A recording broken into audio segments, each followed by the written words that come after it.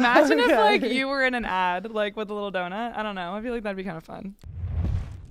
Hey guys, I'm Gretchen Walsh. And I'm Alex Walsh. Welcome back to our second episode of our new podcast, Kicking It with the Walsh Sisters. Today we're going to be talking about NIL and how it shaped our collegiate careers and then also the NCAA as a whole. We're going to talk about confidence, and then we're also going to answer some of y'all's questions that we pulled on Instagram. So let's get into NIL first. Alex, why don't you walk us through what your journey with NIL has looked like, your brand deals that you've had, but more importantly, just did you ever think that you were going to be in this position when you were back in high school getting recruited? Definitely not. And it's funny because I remember when we were both in high school and we always thought our plan was to do 2 years of college swimming and then just go pro, because that's what, our favorite swimmers like Missy Franklin, she did that. The people that we looked up to, they always would do that. So I remember definitely not thinking that was ever going to be possible for us. But then obviously when you were a senior, I was a first year, the NIL bylaws, they all got passed, and that's really just changed everything for us. I mean, we were even talking about it on the way over here. Just being able to profit now off of name, image, and likeness, it's like there is no such thing as amateurism anymore, it feels like. Which, for us as a non-revenue sport, it definitely has impacted us, I would say, less significantly than basketball, football, but it can still be felt. And obviously for us, I mean, I hope you feel this way, but I definitely feel we're super lucky that we've been able to, work on having these brand deals, because it has given us this platform that, I think we wouldn't be able to have without NIL. Yeah, I totally agree. And we've also just been lucky with the timing of everything. After it was the summer after your first year, summer of me going into college was the Olympics, the 2021 Olympics. And, you qualified. I had a more of a disappointing meet, but you medaled, got a silver medal in the 2IM. And from there, you already built this brand, this platform for yourself. And I was lucky enough to be like, hey guys, I'm Alex's sister, and we've got the sister act going on. So let's build that momentum. But yeah. I know Swim Outlet was obviously your first deal, my first deal. You signed with them a couple months after Tokyo, and then I signed a couple months after that, because I think they saw the power that we hold together. Like we said in our first podcast, we're a sum that's greater than its parts. So that was definitely a fun one, and I think a very unique deal that we had. But I think it's obviously progressed since then. If you want to go into maybe details of that deal and then what our sponsorships look like now. Yeah, I agree. Being able to partner with Swim Outlet and Sporty and do our own swimsuit line, I think that was a dream come true. I remember seeing some people would have their own lines, and just always thinking to myself, that'd be so cool to have your name on the tag of a swimsuit. No, I think we were the first to ever do that. Really? Yeah. Oh, okay. Yeah. Well, that's news to me. Well, regardless, I think being able to showcase our personalities, our very different personalities, through swimsuits, I mean, that's always been something that we definitely have very different fashion, not wardrobes, but your favorite color is black and my favorite color is yellow. So it's we're kind of opposites, but that was really fun. And I think my favorite photo shoot location that we went to was definitely Palm Springs, just because the Joshua Tree, that was so awesome. And it just felt I don't know, and just to have Mom there and everything, it was so cool, because I think she was so proud of us. Yeah. And then after Swim Outlet, it felt like we still had a lot of possibilities with Arena being our racing suit brand, and most recently being Gatorade. That was so cool. I don't know. I just felt like that meant a lot for us, because we've kind of helped at least bring swimming to this new level, women's swimming especially, and just to be part of a campaign that advocates for girls staying in sports and succeeding in sports, and the fact that there were 0 women on the top 100 paid athletes list of last year. Like, just being a part of that is like all the more significant. I don't know. Do you feel that way too? Yeah, no, definitely. I think that it's those kind of deals that kind of solidify that we have a role in our sport that goes beyond just our own success and our own individual goals. It really pertains to the trajectory of all of these younger generations, what it's going to look like for them as they rise up and have to like uphold the status of swimming being an exciting sport that everyone wants to watch. It's the #1 watched Olympic sport. Like, we need to keep that momentum going, especially with the climate of the NCAA and everything going on. I think I feel so honored to have been a part of bringing more attention to the sport as a whole. And then obviously partnering with such a prestigious brand like Gatorade, like ever since I was young, I've been drinking out of a Gatorade water bottle. So that's just like a dream come true, I think, for the both of us. Even doing like the Lululemon collective with UVA was awesome. Just these brands that have played a really big roles in our lives, even away from the sport. And now here we are getting to represent them and kind of coinciding with our university as well. I feel like there's a lot to be said about what we're doing beyond just swimming fast for ourselves. Yeah, and honestly, you talking about Gatorade kind of sparked this thought I had, but one thing I really liked also about that campaign was that it embraced like so many different kinds of sports. And I feel like, I hope that as a trend with NIL, brands want to have like a very diverse group of athletes that they represent, just because it's fun to be able to like have the connections like across sports, because at the end of the day, like the NIL and, you know, a lot of people are worried about what's going to happen to the NCAA, like, because, you know, amateurism doesn't really exist anymore. Like, what's going to happen? I think like when we're able to unite sports, women's sports especially, through these like different kind of partnerships, I don't know, I'm optimistic that will I'm optimistic that will kind of help keep, like, you know, all of our sports together, and we'll be able to keep succeeding and pursuing our sports in college. But I was going to ask, just given what you just said, what advice would you give someone to encourage them to like seek out these NIL deals to help the diversity in these partnerships that brands are making with athletes across the NCAA? Like, do you mean to companies? Yeah, like what advice would you give to a student athlete at any university to go like who's seeking out NIL deals? I think just like putting yourself out there is the first thing you should be doing. Even like some guys on our team, like they just DM random brands and they're like, "Hey, I'm a fan. I'm a student athlete. Like, I would love to post some of your merch on my story or something." It's so easy. And honestly, like the funniest thing to me is that it doesn't even have to be like an athletic brand or like a sports oriented brand. It can be like gummy bears. Literally, that's what like I've gotten a package from Haribo before, and it was amazing.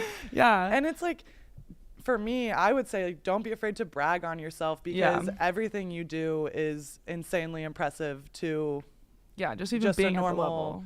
person. Like they admire your work ethic right from the get-go. So don't be afraid to brag on yourself, reach out, and definitely get help with managing all of that. I would say that, at least for us, hiring an agent has been one of the most helpful things, whether it just be managing communications, planning things.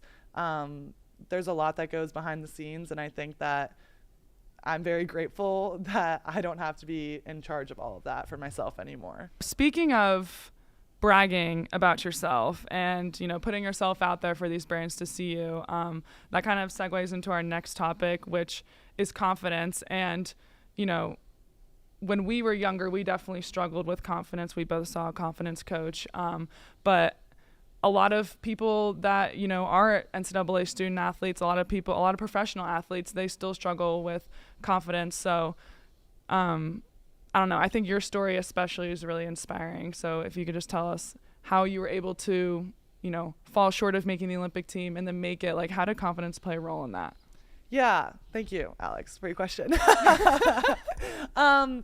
Yeah, so I definitely have not had the most perfect swim career. I think looking back, I've accomplished so much that I want to accomplish, but there's been so many highs, so many lows, and I think that that's very relatable. And so confidence is what has been the driving force of getting me to where I am today and helping me get out of those setbacks. And so, yeah, missed the Olympic team in 2021. That was really hard for me because that's been the lifelong goal, making the Olympics together. Like, we've always wanted to do that. And falling short was hard. And I don't think I fully processed it until a year later when I missed the world championship team, missed it by .01 in the 50 free. That was pretty heartbreaking. And I had to force myself to seek out help, see my confidence coach, talk to them very transparently in order for me to really realize what was going on in my head, what like demons I was facing. A lot of it was, I think, just I was afraid to put myself out there in races. I was afraid of the pain. And so one thing I really took away from those times of reflection was that I need to be comfortable with the uncomfortable. And I love that phrase in all aspects of my life, honestly, because I just think that it kind of encompasses taking risks and just being able to put yourself out there, knowing what you're capable of doing, and like sacrificing your body's like health just for a little bit in order to achieve that. Like, there are sacrifices that go into it, and being comfortable is one of those. So especially for me, I'm the kind of swimmer that flies and dies, and I need to embrace that part of myself. And I've really learned to do that, especially here at UVA. And thanks to my support systems who have taught me how to stay resilient. And when I do fail, like in those moments I felt like a failure, but I was able to get out of that because I relearned how to talk to myself before races. I would start thinking about everything I had done in practice, all the reasons that I am prepared for this. I would walk myself through my race strategy, like very detailed, and in those moments I was just prepping myself to be in control of what I can control and not thinking about anything else but that moment, what I was about to do and how I was about to do it, even if it meant, being in pain. Like, that was going to be okay with me. And I also think a big thing was before trials in 2021, I was definitely going in with the mindset that I had a backup plan. And this summer, there was no backup plan.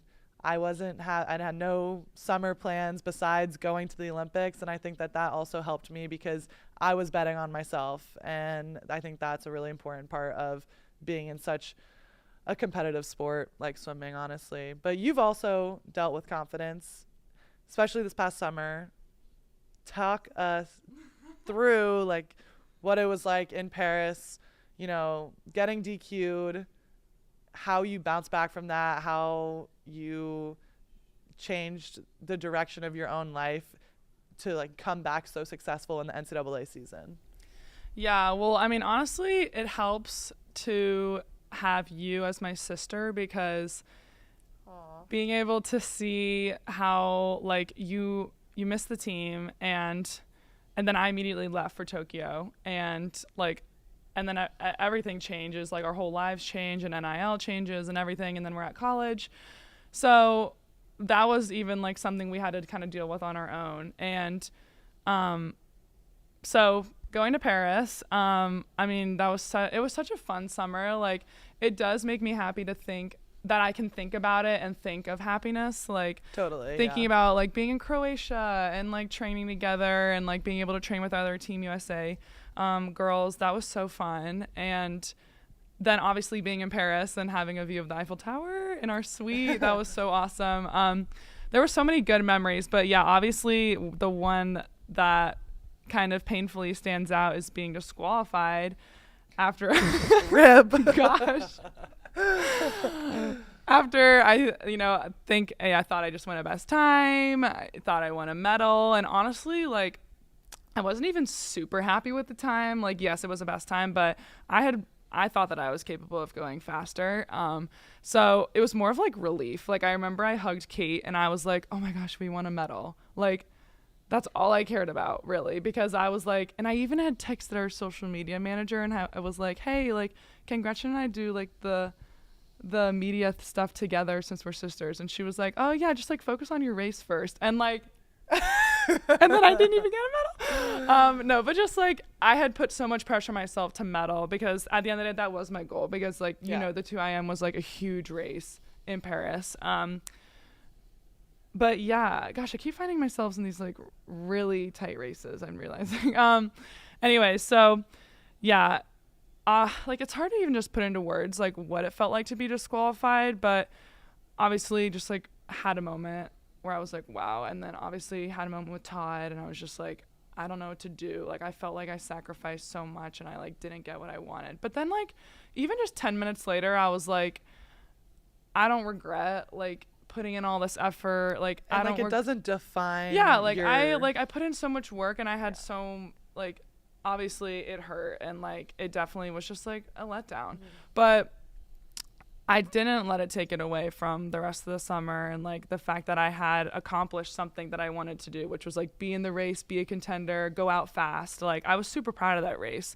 But even coming back to just Charlottesville, like that's why I took a 5th year, because I knew that I would want to be surrounded by my team. Not that I was manifesting like a bad experience in Paris, but I knew that I wanted to be with the team because like the post-Olympic depression is real. And I knew that like being here, I like would pretty much be immune to it.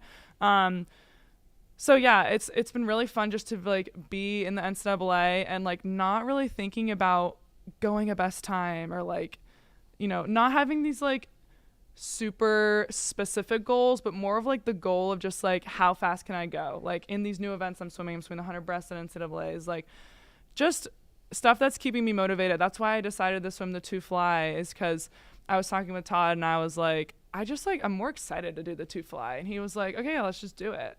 He was like, it's going to be a good race. Like, let's just do it. And I was like, okay, yeah, I'm going to do it. So I would say, and kind of back to my original point, having you as my sister, like being able to see that these results, like, I'm more than them, but also they're worth more than not the results. The journey is like, obviously it's cliche, but like really I spent the whole year like making myself the best version I could be in order for this one goal. And even though the goal didn't necessarily happen, like I still come out as a better person. Yeah, so totally. That's kind of like what I've taken away from it. And obviously failure takes a little bit to bounce back from, but like it's easy to do it when I'm surrounded by you and like all these girls on our team that are just working so hard every single day and they're so fierce. And like, I don't know, it inspires me to be around a group of such powerful women. Yeah, well, you're a part of that for everyone else on the team.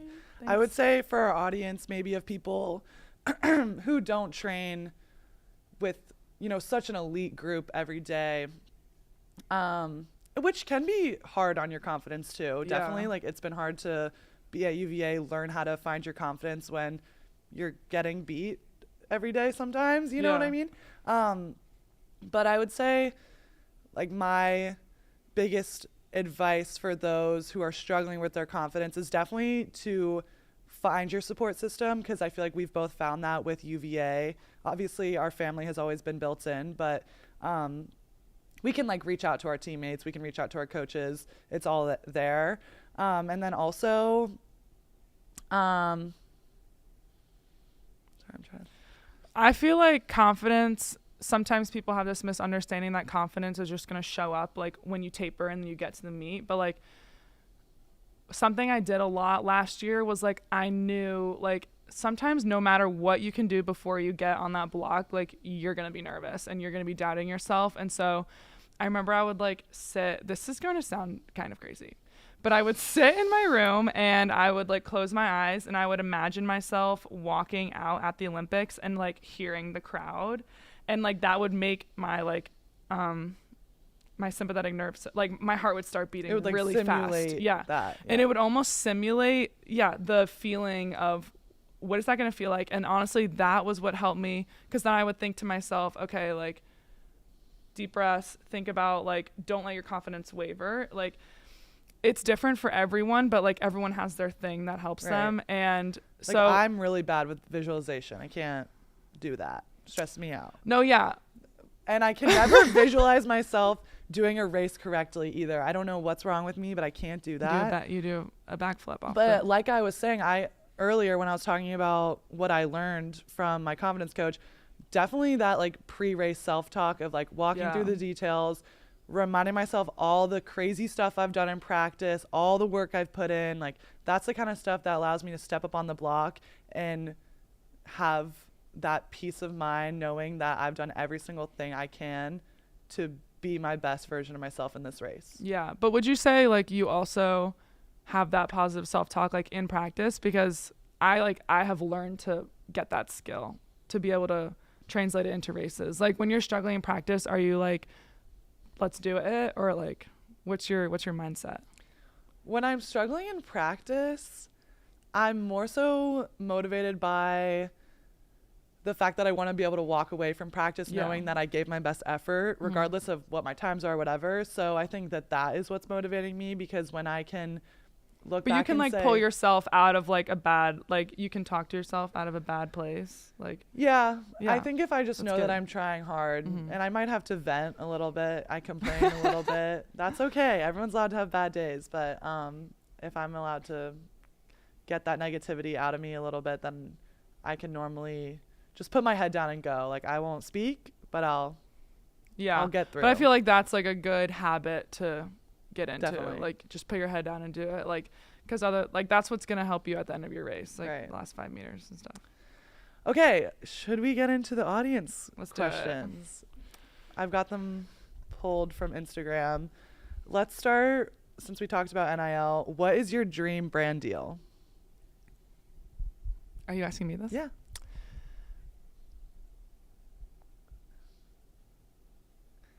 You got Okay, so I have two. One is like, I think we've talked about this, but like aloe would be cool to be like, do aloe stuff. Another, like this is, like Krispy Kreme. Like imagine if like you were in an ad like with a little donut. I don't know. I feel like that'd be kind of fun. Mine, I think, it's just always been Porsche, because I love their cars.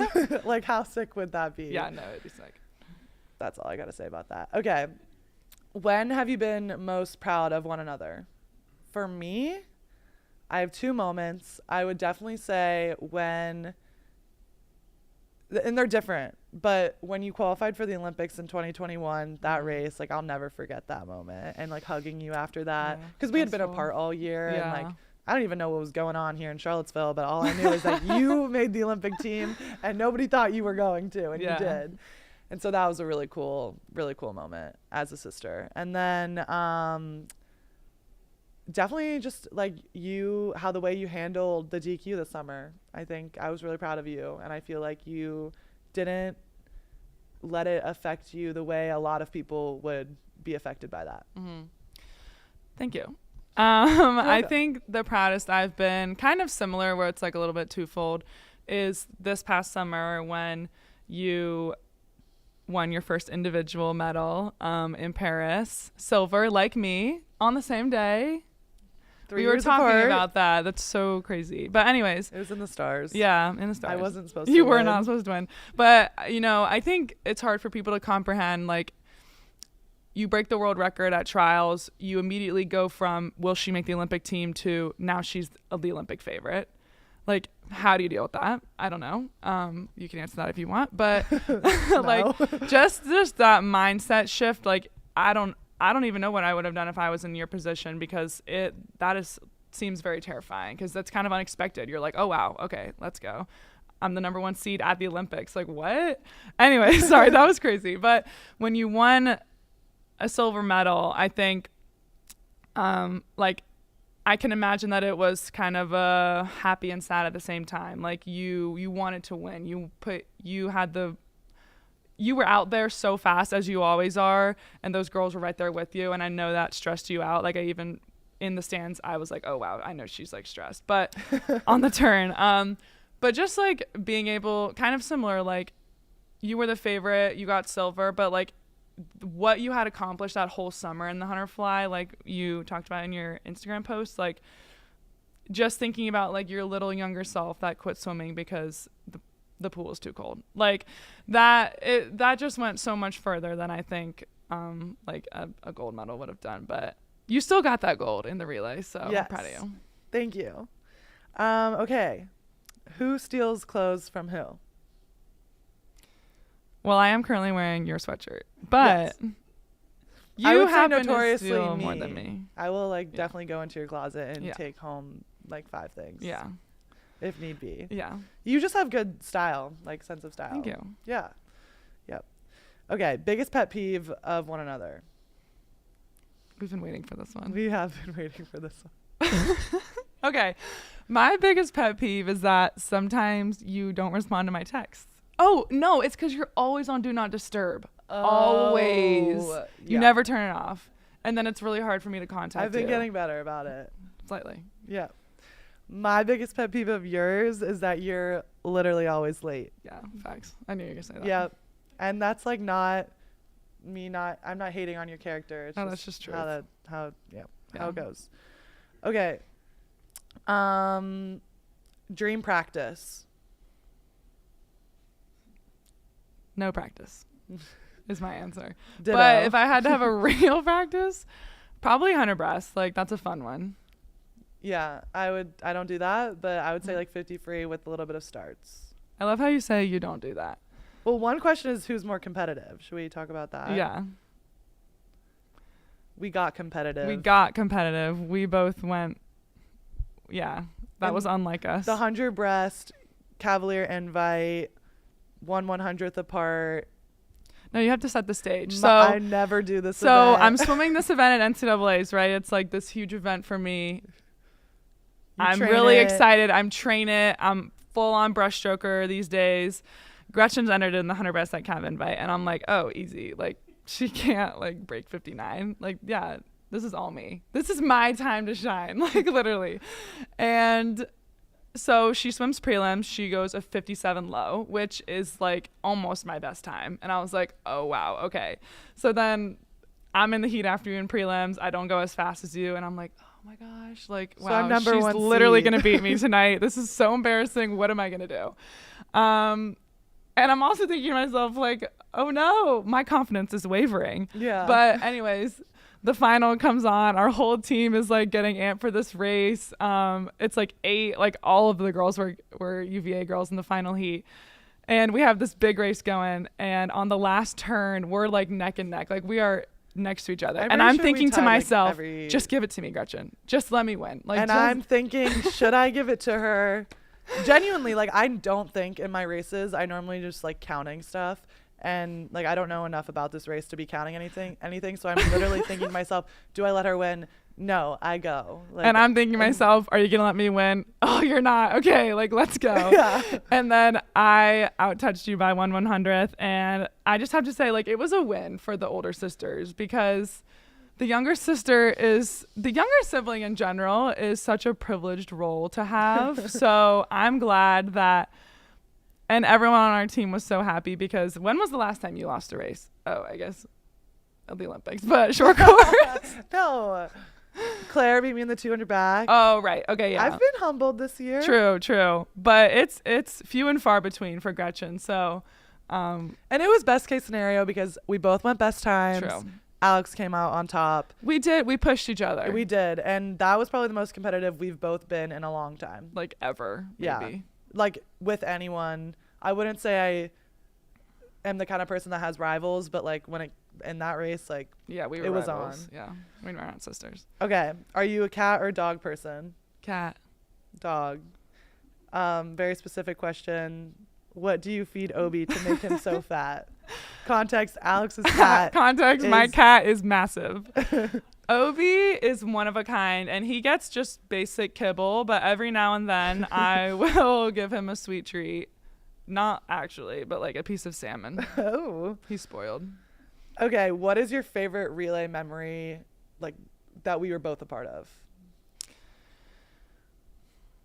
My favorite relay memory is probably I don't know. Can you go first? My favorite relay memory is definitely one of the most recent ones, the 800 free relay. ACCs broke the NCAA record, completed UVA's 5 relay record, NCAA record, like trifecta thing. Yeah.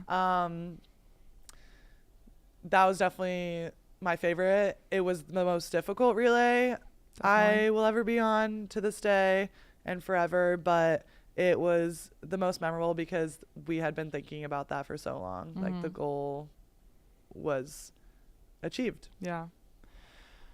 My favorite relay of us together was probably at last year's ACCs during the 200 free relay, because I split a 20, which was huge, and then you split a 19. That And was a even good though I one. didn't get to see it because I went right after you, it's really cool to watch that again because you can hear everyone in the crowd gasp. Yeah.